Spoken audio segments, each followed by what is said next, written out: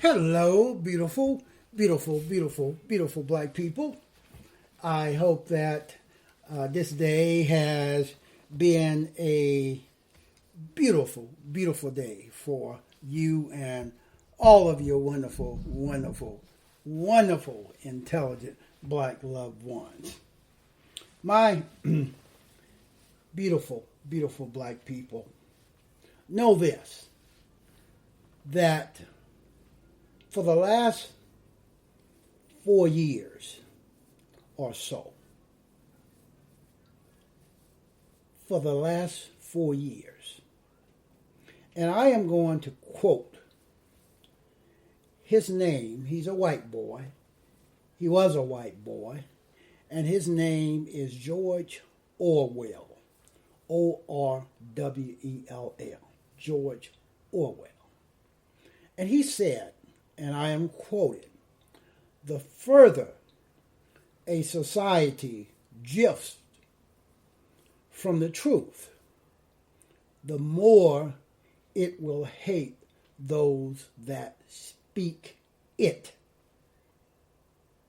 My black brothers and sisters, I am a truth teller. I always have been, I am now, and I always will be.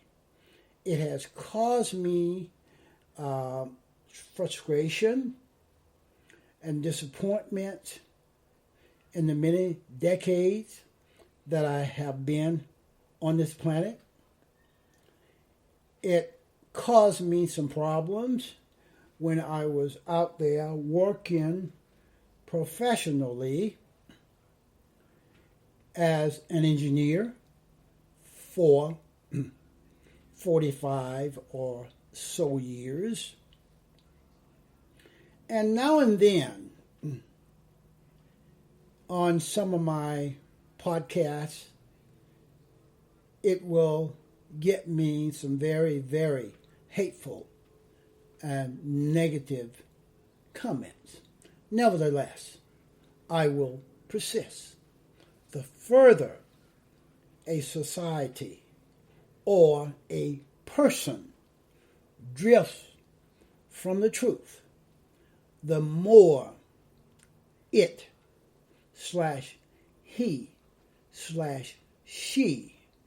will hate those that speak the truth.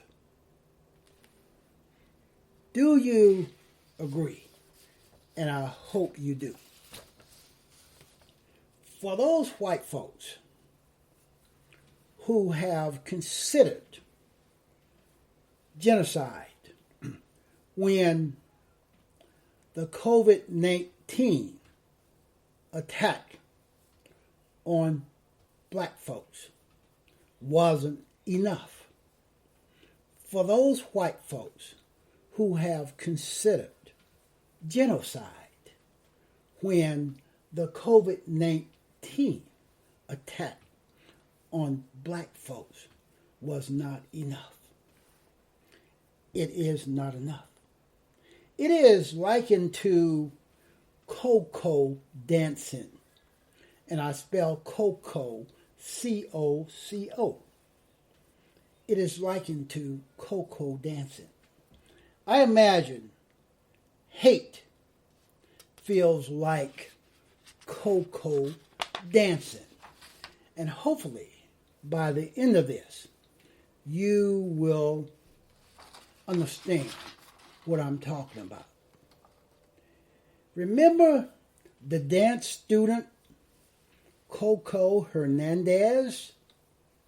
She was in a 1980 television show that was called Fame.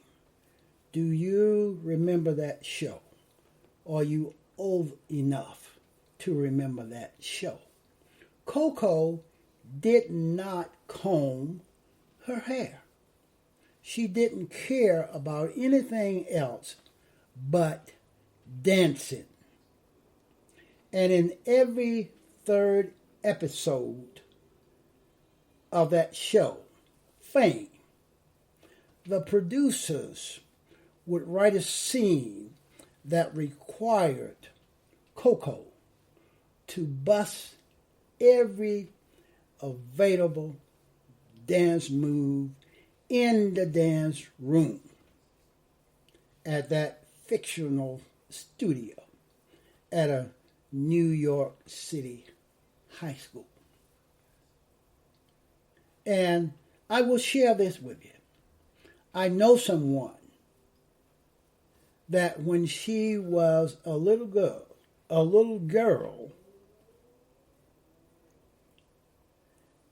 she loved Coco Hernandez. She would wear all of the hair barrettes, ribbons, and rubber bands. Sometimes we would help her unbraid her pigtails so it could fly free, Coco style. We would blast the radio and watch as she climbed her frail frame onto the bed, her hair flowing in the breeze of the ceiling fan, and literally danced like nobody was watching. I've never seen anything freer than that. Freer.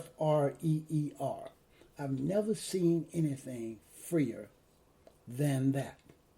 Until I met white folks. Believe you me, my beautiful, intelligent black brothers and sisters, black folks, people that look like me, are not free. I am referring to literal bondage of slavery's chains. Jim Crow. Remember Jim Crow? Subjugation of white supremacy, oppression. And I am talking the existential, intangible feeling of unapologetic, reckless abandon. In my opinion, there's one great privilege that whiteness affords above all else. And that privilege is a 4-letter word called hate. White folks think it is beautiful to be able to hate the thing that they dislike so much. To exist in a world that does not require you to camouflage your disdain for the ones who slap you in the face with their blood-stained hands. To not have to ingest the poison and swallow the vomit it induces. To have an unbitten tongue and an unseething soul. To summon death and destruction at your displeasure. This is freedom. This is freedom. That is freedom. White folks have freedom. They pushed their way into the Michigan State House, heavily armed, terrorizing other folks. After the armed white mob got into the Michigan State House, they made their way to the chamber doors where they shouted, "Let us in." This is not a protest or peaceful resistance. It was not a protest. It was not peaceful resistance. It was white racist, domestic terrorists, intimidating, threatening anyone that did not look like them, that do not disagree, that do not agree with them.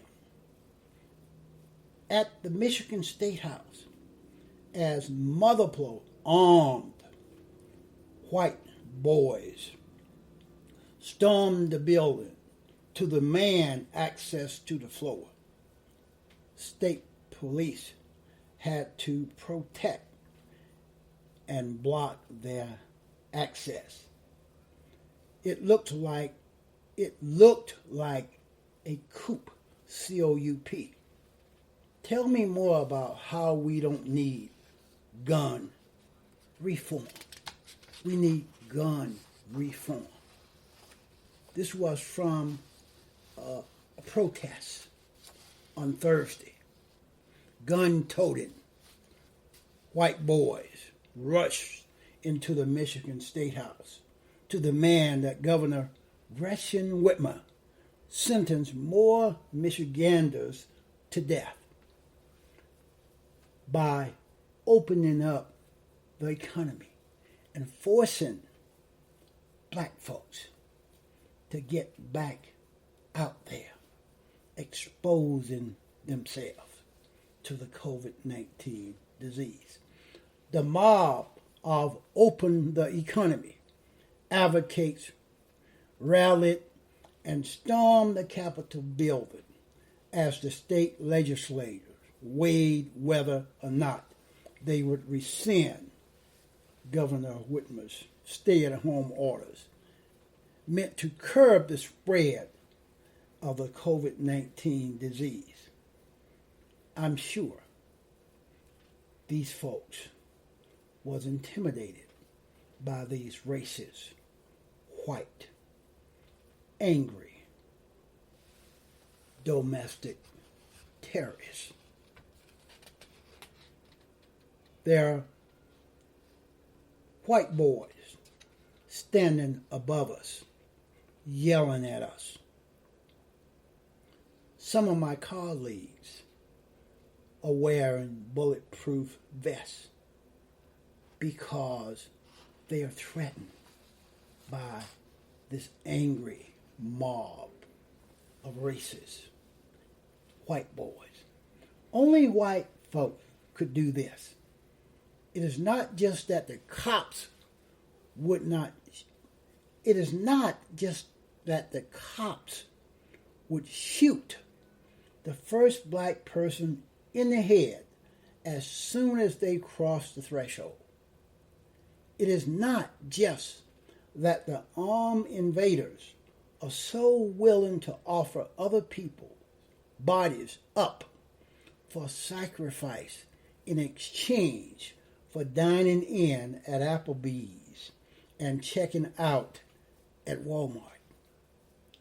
It is that they are so unabashedly angry about it that they brought killing machines with them. Only someone with an abundance of entitled privilege would even release such a large amount of white hot hate for such arbitrary and frivolous reasons. These folks, these white folks, gun-toting white folks, angry white folks, hate America. Only they love flags and guns and the ideal of a constitution. But they do not love America. Not even the fantasy land of life, liberty, and the pursuit of happiness. They only exist in their dreams. No, these MFs, these mother friggins These mother friggers would never show up to protest that America. They issue their own individual stay-at-home orders when innocent black folks are killed by police, or when brown children are being locked in cages because they could give a fraction of a fuck about the non-white faces in that huddled mass yearning to breathe free. Their idea of democracy is really a dictatorship of whiteness. So they organize the Million Male March for, well, no one really knows. The government isn't taking their guns. No one is forcing them to stay at home. And if you're wondering how I can be so sure about this, here's why. They are out of the house, screaming at the police with their guns. It is definitely a white thing. The vast majority of people, regardless of race, isn't cool with an economy, anxiety-induced COVID-19 disease. According to Politico, 73% of whites and 76% of black folks believe America should continue to socially distance for as long as it is needed to curb the spread of COVID-19, even if it means continued damage to the economy, which is why I need help from these white folks. I know most people worried about the house parties in Chicago and the barber shops in Atlanta, but what about Lansing, Michigan? Colin Kaepernick didn't show up at Jay-Z's house with a gun, demanding a spot on a starting roster.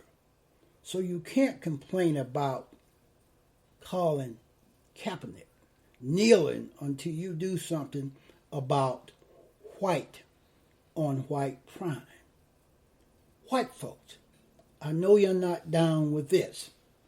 We need white folks to come get your white men and them, get your white mama and them, get your white sister and them, get your white brother and them. You, white folks, need to unite and work on problems in the outer city, not the inner city, in the outer city. Maybe you could set up an after-school program for overprivileged youth, white youth, or do some community service with people of no color.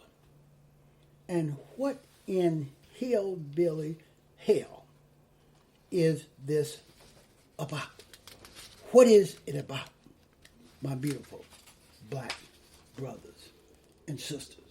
Is there a pair of preteen Caucasians dressed in an American flag, tutu, and sequined in Daisy Dukes, wearing a Barack Obama mask while tap dancing to a bluegrass banjo parody of Candyman about government intervention.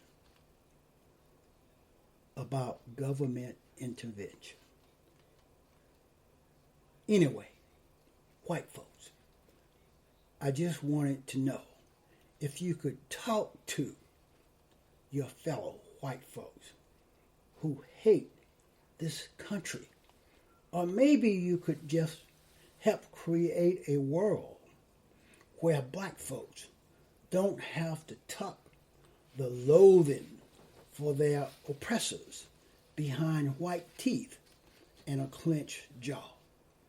If I manage to survive your desire to unleash COVID-19 on black America like a rabid dog in a meat factory, perhaps you could teach us how to release the insidious thing that gnaws at our insides without us having to wonder if our unrestrained rage will conjure up a noose or a call to the cops.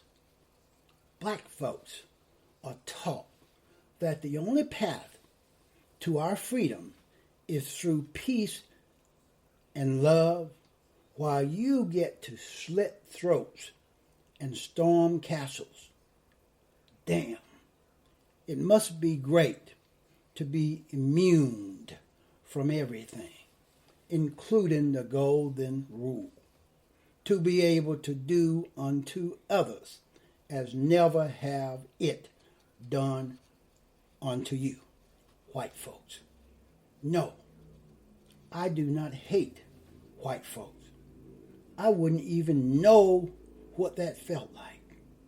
Most black folks don't have the luxury of carrying around something corrosive, waiting for us from the inside. Black folks weren't born with that pressure release valve that whiteness affords. But if we did have one, sometimes, perhaps, as about as often as Coco dance, I might hate like somebody, like nobody is watching. No. I would just be free. White folks are free. Black folks are not free. White folks are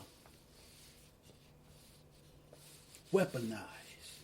White folks can walk into the Michigan State House, terrorize everyone in there with impunity. There's nothing more dangerous than ignorance and intolerance, armed with weapons and power. I will say that again. There's nothing more dangerous than ignorant, angry, racist white folks filled with intolerance, armed with weapons, money, and power. That's what I have on this one. Please go to thethrasherway.libsyn.com. There you will have access to all that I do. Talk to you again on another one real soon.